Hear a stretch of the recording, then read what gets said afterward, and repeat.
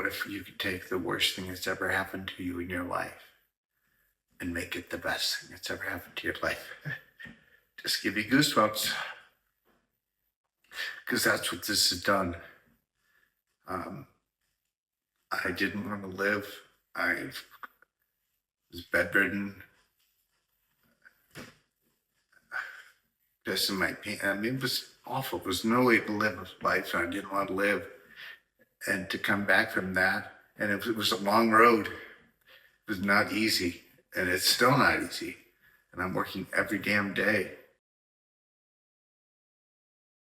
When I got the diagnosis, it was fear of the unknown. I had no idea what this was. Never heard of it. Most doctors I've seen since then, I've seen a lot. Never heard of it. And to the point where I actually thought it was a good thing. And I called someone on the way back. Yeah, it's MSA. Didn't think anything about it until I got home. And I was upstairs, came down to get a glass of water or something. And my wife was sitting on the couch on the phone, crying, talking to someone. And I'm like, what's wrong? And she just looked at me like, yeah, what the hell you think, Short? And I'm like, no, it's fine. It's nothing. I'm going to beat this. Don't worry about it. And then I went upstairs and I looked it up for the first time. And I was like, holy shit, I am fucked. And I couldn't stop reading it. I'm like, oh my God, it's awful. And I would say not even a month later after the diagnosis, things started spiraling quickly. And I was using a cane. And then that evolved into a walker, which I still use. And I went through hell for a lot of years trying to find something. There was nothing. They tell you there's no cure. It's terminal. There's nothing that's going to help. There's these certain pills that might help you. They're for Parkinson's, like the carbidopa, which I did not take initially. Then I started taking it, and it made me incredibly nauseous unless I ate something with it. So I got used to it. And I think it was helping. I believe it was, because I was, again, started feeling okay, but it was a roller coaster. It was a lot of bad days, bad nights, and I wouldn't wish it on my worst enemy. It was that bad. But now I feel like the way I'm feeling now, not only does my diagnosis not scare me anymore, I consider it a gift from God.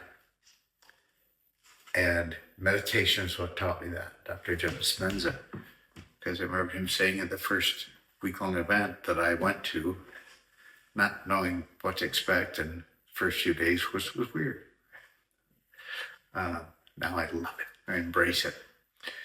And he said, what if you could take the worst thing that's ever happened to you in your life and make it the best thing that's ever happened to your life? Just give you goosebumps, because that's what this has done. I didn't want to live. I was bedridden.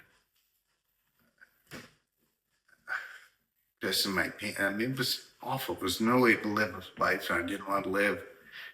And to come back from that, and it was a long road. It was not easy, and it's still not easy. And I'm working every damn day, very hard. I'm going to keep going. But I truly believe it's a gift, because I feel better than I have ever had in my life. I still have my struggles physically. I wish I could be better. A lot of things I can't do. But the mental clarity, even though I still, this is a disease that everyone says, well, you can't be getting better because your brain is disintegrating. And that's essentially what happens. My cerebellum is disintegrating. And that's what it showed on this brain scan that I have. But I'm going to do another brain scan in 3 or 4 months. We'll see what it has to say then, because I think it's going to say something different. Regardless, I feel better. I'm speaking better. Uh, that can't be denied. So, but again, I'm so unbelievably humbled and grateful for the fact that I'm still alive. When I was first diagnosed, my biggest issues were my balance. I was just off. My speech, very slurred. My writing, my things, I was just stiffening out. That's the atrophy part. And my mindset was shit. It went straight to worst case scenario, negative, and thinking I'm screwed. I'm not going to be around much longer. And now I honestly feel like I've lived till I'm 100. And speech is clearly better. I can actually write. It's not pretty, but you can read it. Although it's tried like a fifth grader. But I can do it. The balance is still an issue. I still have a walker, but I'm mobile. I can get around and look pretty good. And you know, I'm driving. I'm going to be golfing soon. Once the weather changes, I'm looking forward to that. And just, you know, really, it's been meditation. You know what it was? It was seeing stories of transformation on Dr. Joe Dispenza's website. I had lost hope. I was trying everything. Nothing was working. And I just kept spiraling.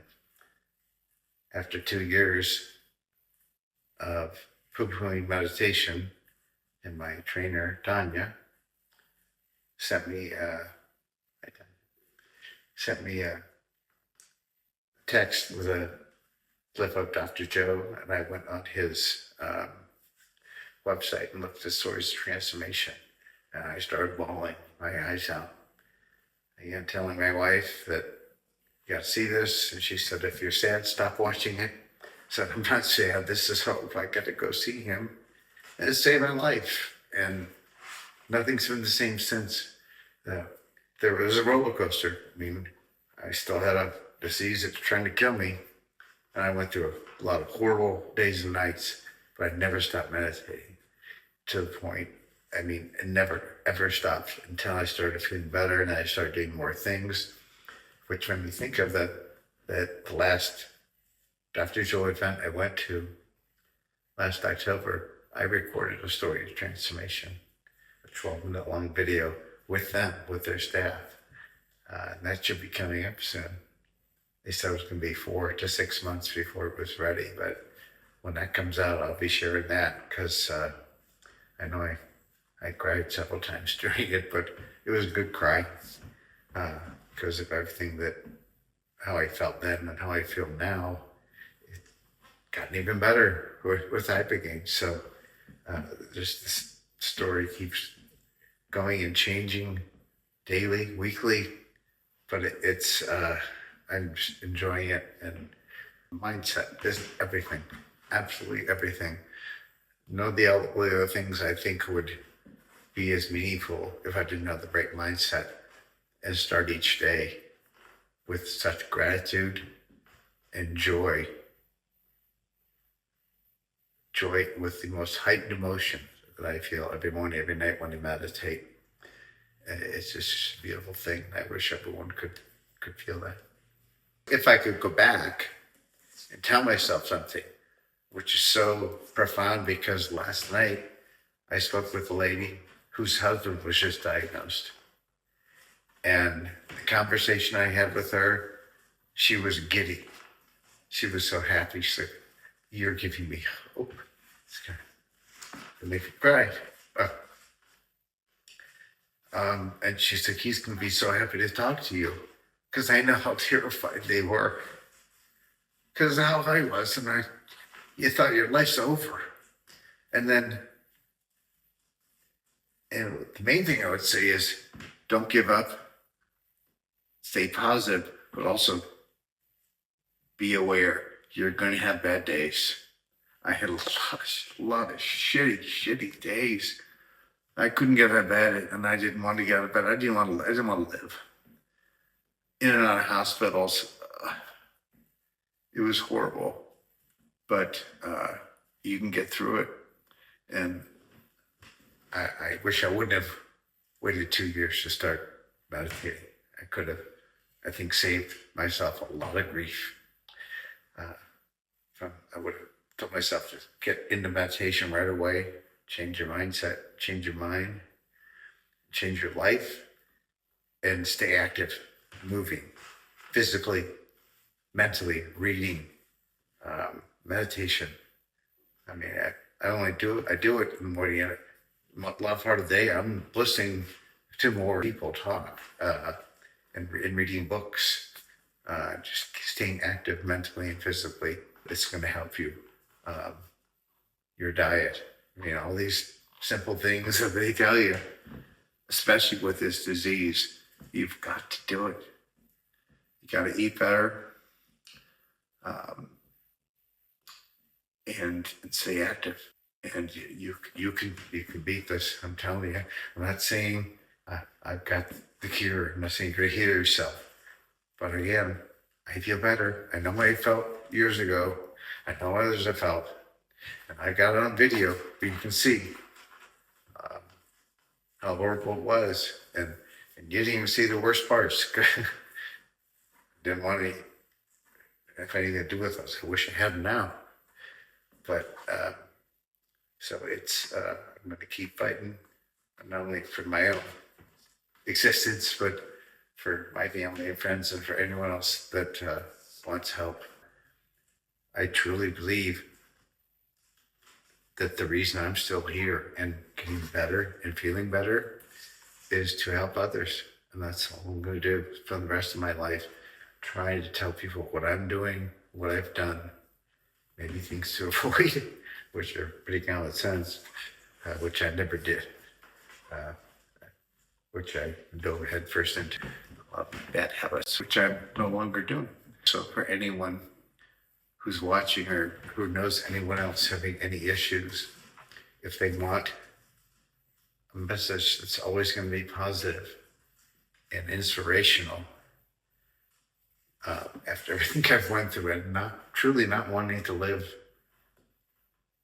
a little over 3 years ago and not thinking I was going to make it through the year, to feeling the way I do now, I just want to yell from the mountaintops what I'm doing to try and help others. I mean that sincerely. And again, I'm not for all the naysayers. I got some stuff for you too, by the way, for the naysayers, to show them, to prove some things. And it's going to take some time. But from brain scans to letters of what I went through, and I have the podcast that I did before, which was awful. I didn't know what I was doing, but showing me where I went back and looked at some of the workouts. I could hardly move, hardly get out of bed. Now I feel great. I still have issues, and I've not healed myself, so it's not a cure, but I am getting better, and there's no doubt about that. So I'm going to keep going, so please share with anyone else having any issues, addiction, PTSD, Parkinson's, MSA, anxiety, depression. I've overcome all that, and I'm going to keep going and document it all. I just want to help. Again, I'm not selling anything. I don't want money. I am going to work with the foundation to try and raise money. It's not for me. It's for others to be able to do the things that I've been doing. So, and I mean that sincerely. So with that, I'll say goodbye for now, and I love everyone. Take care.